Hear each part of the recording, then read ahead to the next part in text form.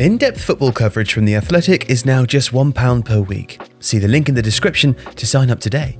In January 2021, the CIES Football Observatory released their biannual transfer market rundown, listing Manchester United's Marcus Rashford at €165 million as the most valuable footballer in the world.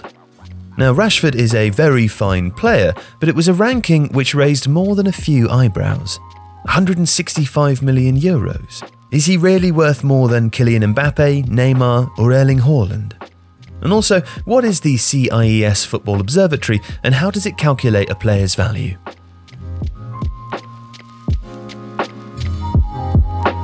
Football Observatory was founded in 2005 by Dr. Raphael Poli and Dr. Loic Ravenel. It's part funded by FIFA and sits within the International Centre for Sports Studies, an independent study group located in Switzerland. And they use a comprehensive but easy-to-understand algorithm to calculate potential fees, comprising factors which belong to one of three categories. And it's in those variables that show they're working for the Rashford ranking. The first category is all about the player. How long does he have left on his contract? How old is he? What does his career trajectory look like? In addition to which, with the help of Opta data, how well is he playing? The second relates to the player's club, which is assessed across a twin basis, sporting and economic. Sporting is a calculation based on how the player's club has performed in its domestic league, but also the strength of the competition collectively, and how teams from that country have done in continental or international tournaments. The second category is an economic evaluation, and that's instructed not only by the club's recent transfer spending, but also the expenditure typical amongst clubs who compete in the same areas of the game. The top six of the Premier League, for instance, or the latter rounds of the Champions League. And that leaves a third, final category: the context of the marketplace itself, the inflationary state of transfer spending at any particular moment. The resulting formula is as close as football has to a scientific method for determining value.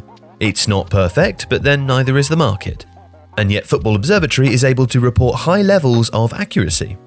In a survey of 1,790 transfers occurring between July 2012 and January 2020, their model was shown to be accurate over 80% of the time. And also, the estimation of Marcus Rashford's value, based on the criteria set out, isn't obviously wrong. He's 23 years old, a full England international who has many years left on his contract and who is in the best form of his career.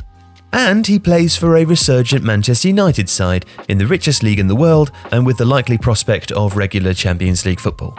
Yes, Rashford is extremely valuable, even without considering his popularity at Old Trafford and local boy appeal in Manchester. And you see, other rankings also describe the sensitivity of the Football Observatory algorithm. With only 18 months now left on his contract, Kylian Mbappe, who was at the head of the list a year ago, saw his value drop to €149.4 million, which was only good enough for 5th place. Just above him is another Manchester United player, Bruno Fernandes.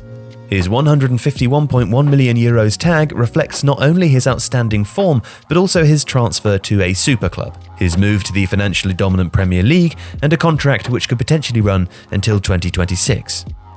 Just ahead of him, in 2nd place and with a value of €152 million, is Erling Haaland. Now, in pure footballing terms, it seems that the Norwegian should be a more valuable commodity than Rashford. He's younger, he scores more goals, and subjectively, he's probably better. And yet his lesser valuation reflects Borussia Dortmund's financial inferiority, their lesser standing compared to Manchester United on the field, and the respective transfer patterns of the Premier League and the Bundesliga. In other words, it's a determination dependent on the sporting and economic evaluation of the two clubs, not just of the players themselves. And in other instances, discrepancies can be explained by factors that intentionally aren't included in the evaluation process, but which do have an obvious effect on a player's value. Contract clauses, for instance. Haaland's €152 million valuation doesn't reflect the release clause, which will become active as of the summer of 2022. And prior to moving to Chelsea in 2020, Timo Werner held a €90 million valuation, almost double the fee that was eventually agreed. There was also a significant difference between the €70 million that Chelsea paid for Kai Havertz and his €95 million valuation by Football Observatory. This, according to Dr. Poli, was partly explainable by the club being willing to pay more money up front, which was particularly attractive to Bayer Leverkusen during the global pandemic. In other instances, there might also be determining factors which can't be accounted for. A player might fall out with a teammate or coach, a club could suddenly experience financial difficulties and need to make a quick sale, or perhaps a better player is signed to play in that player's position. In each instance, the fee that changes hands would be very different to the player's actual value. Nevertheless, there are plenty of recent transfers that would seem to confirm the validity of the group's methodology. Artur Melo was valued at €72 million prior to his move to Juventus and would change clubs for almost the same fee, excluding add-on clauses. Lille striker Victor Osimhen had a €64 million tag ahead of his €60 million move to Napoli. Nelson Semedo also recently moved to Wolverhampton Wanderers for almost precisely his £27 million valuation. Other surprising estimates include Jack Grealish at just €50 million, Dele Alli at €30 million, and Trent Alexander-Arnold at an astronomical €150 million.